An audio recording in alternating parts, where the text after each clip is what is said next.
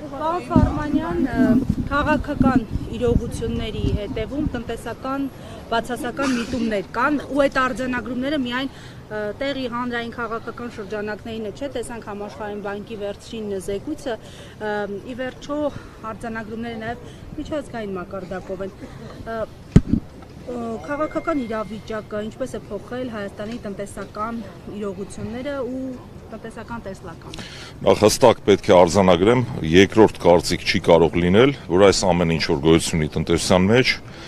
արտահանումների սահմանափակումները, դրանք առանձին ոլորտի ներկայացուցիչներ են, ձկնարկությունաբերողներ, գյուղմթերք արտահանողներ եւ այլն, սա հետևանք է ընդամենը։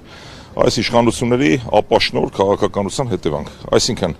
երբ իշխանությունները չեն գիտակցում, որ առանձին ապրանքատեսակներ գրեթե նախորդ տարիներին 99.9%-ով արտահանվել են Եվրասիական միության երկրներ, մասնավորապես Ռուսաստանի Դաշնություն, հիմնական առյուծի բաժինը, դա չգիտակցել եւ տնտեսվարողներին բերել այս վիճակի մեջ, դա ոչ այլ ինչ է քան անպատասխանատու ապաշնոր քաղաքականություն։ Սա հետևանք է։ Այո, մենք ունենք շատ բարդ իրավիճակ, երբ գյուղմթերք արտադրողները չեն կարողանում իրենց արտադրանքը արտահանել այն շուկաներ, որտեղ իրենք արտահանել են, եւ սա հետևանքներ ընդհանուր հնարավոր կլինի գնահատել մի քանի ամիս անց, երբ վերջնական պատկեր կունենանք, թե մարդիկ ինչքան են տուժել, ասենք աշխատավարձ չկարողանալ վճարելու արդյունքում, վարկերի պատճառով եւ այլն, բազմաթիվ գործոններ գոյություն ունեն եւ այսօր շարունակվում են այդ անպատասխանատու հայտարարությունները, մասնավորապես, ասենք օրինակ հանրայինի եթերում կառավարության աշխատակազմի ղեկավարի տեղակալը հայտարարում է, որ Եվրամիության երկրներ արտահանվում են այնքան ապրանքներ, այնքան գյուղմթերք, որ նույնիսկ կարող է մեզ չհերիքել, սա ոչ այլ ինչ է, կամ ես չեմ կարող մեկնաբանել, կամ մեզ են ձեռք առնում, կամ իրենք են այնքան անտեղյակ, որ իրենց են ծիծաղելի վիճակի մեջ դնում, չեմ կարող մեկնաբանել դա դիտավորություն է թե ինչ, ունենք այն ինչ ունենք, իսկ ինչ վերաբերում է մնացած էկոնոմիկայի նախարարի դեմքով կառավարության մյուս ներկայացուցիչները խոսում են այն մասին, որ մաքսատուրքերն են զրոյացվելու եվրոպական երկրներում, խոսում են այն մասին, որ ընթացակարգերը թույլտվությունների հեշտացվելու են, գիտեք, դրանք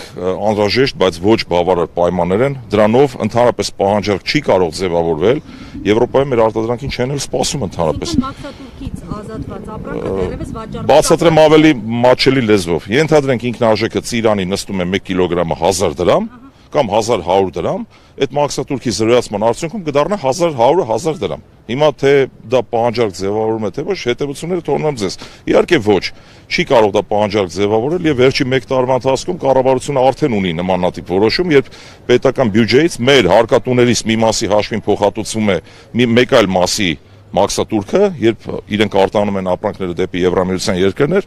եւ դրանով գոյություն ունի վիճակագրություն, մեր արտահանման կառուցվածքը չի փոխվել, արտահանումը չի աճել գործնականում եւ հետեւաբար ամբողջ մի շարք այլ արտադրատեսակների մասով, եթե նույնիսկ մաքսատուրքերը դառնան 0, դա պահանջարկ չի ձևավորելու։ Երեք եթերներից մեկում ես նման միտք եմ հնչեցրել, նորից եմ ուզում այդ օրինակը բերել, պատկերացրեք երկու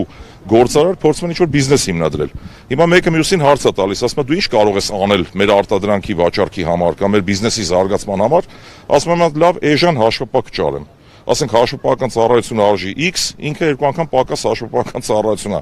ճարել մի փայատերը։ Հիմա արդյոք դա ընդհանուր բիզնեսին առումով պահանջարկը ձևավորի թե ոչ, կարծում եմ ոչ, եւ հետեւաբար այն ինչ որ ասում են սուտ են խոսում բառից բուն իմաստով։ Արտադրանքը Եվրոպա հեշտ չի գնալու, դրա համար տարիներ են պետք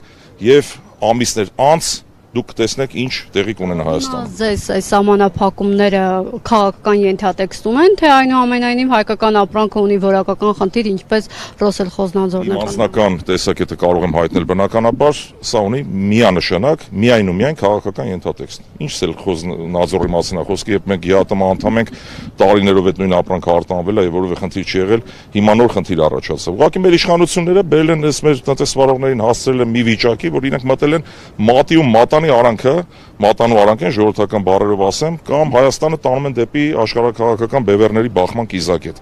Սրա արդյունքում էս ամբողջը տեղի ունեցել։ Ռուսական կողմը նաև թուրքական գյուղմթերքի նկատմամբ որոշակի սահմանափակումներ դրել։ Այսինքն ենթադրելի է արդյոք այստեղից, որ ընդհանուր առմամբ է որակական ստուգումներ ոչ միայն Հայաստանի նկատմամբ։ Գուցե մասամբ դրա մեջ նաև լինի որակական ինչ-որ չափանիշներով պայմանավորված արգելք, բայց կարծում եմ նաև այլ պատճառ կարող է ունենալ, օրինակ շատ հաճախ փորձում են, չէ, հայկական գյուղմթերք այլ երկրներով արտահանել, նման իհարկե դա շատ փոքր հավանականություն կա, դրան այդքան չեմ լուրջ վերաբերվում, բայց բոլոր դեպքերում Հայաստանի մասին կարող եմ հստակ մեկնաբանություն տալ, որ այո, ունի քաղաքական ենթատեքստ։ Ուրիշ պատճառ մի մանեք եք։ Այդ որակական չափանիշները դրանք երկրորդական են։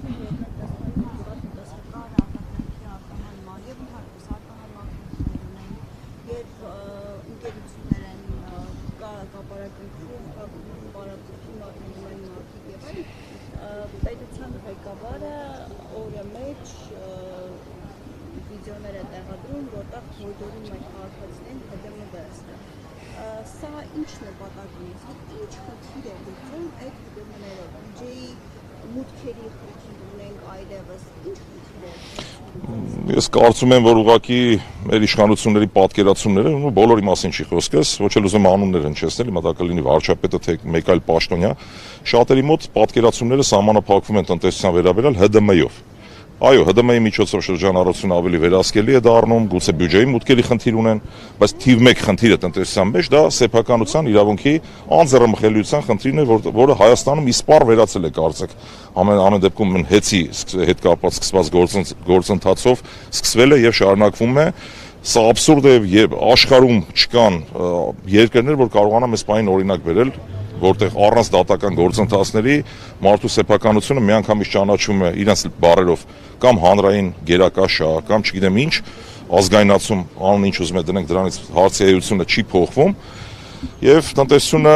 կործանման տանելու ամենակարճ ճանապարհը դա է սեփականության իրավունքի ոտնահարումն է մնացած դրանք երկրորդական են այդ ՀԴՄ եւ այլն բնականաբար գուցե կա նաեւ բյուջեի համալրման խնդիր կամ իրենց սահմանափակումները, իրենց պատկերացումները սահմանափակվում են ՀԴՄ-ով։ Ես տարիներ առաջ եմ այդ մասին ասել, ՀԴՄ-ի մասին նոր չի խոսվում։ 2018, 19, 20 թվականներից անընդհատ խոսում են ՀԴՄ-ի մասին։ Լուրջ հարցերը թողած։ Պարոն Ֆարմանյան, եւ հաշվի առնելով այս գործընթացները, որոնք տեղի ունեցան հեցի նկատմամբ Արադ ցեմենտի եւ մյուս ընկերությունները, որոնք հիմա կապարակնկված են, արդյոք ներդրողները չեն վախենալու, եթե այսպես ձևակերպեն, գանք Հայաստան եւ որևէ ներդրում անել, տեսնելով այս ամենը։ Բարդ մեկնաբանությունների անհրաժեշտություն չեմ տեսնում, միանշանակ Հայաստանից խուսափելու են, իհարկե խուսափելու են, որ մի լուրջ ներդրողը, երբ Սամվել Կարապետյանը, Գագիկ Ծառուկյանը չտարանջատենք, իրենք Հայաստանի խոշորագույն ներդրողներ են։ Աշխարհի ցանկացած երկիր երանի կտա որ ունենա նման հայրենակից եւ կարողանա ներդրումներ ապահովել, որտեղ մեր առյուծի բաժինը ներդրում կոչվածի, դրանք արտաքին ներդրումները չեն, դրանք ներքին ներդրումներն են, մեր հայրենակիցների կողմից իրականացվող ներդրումները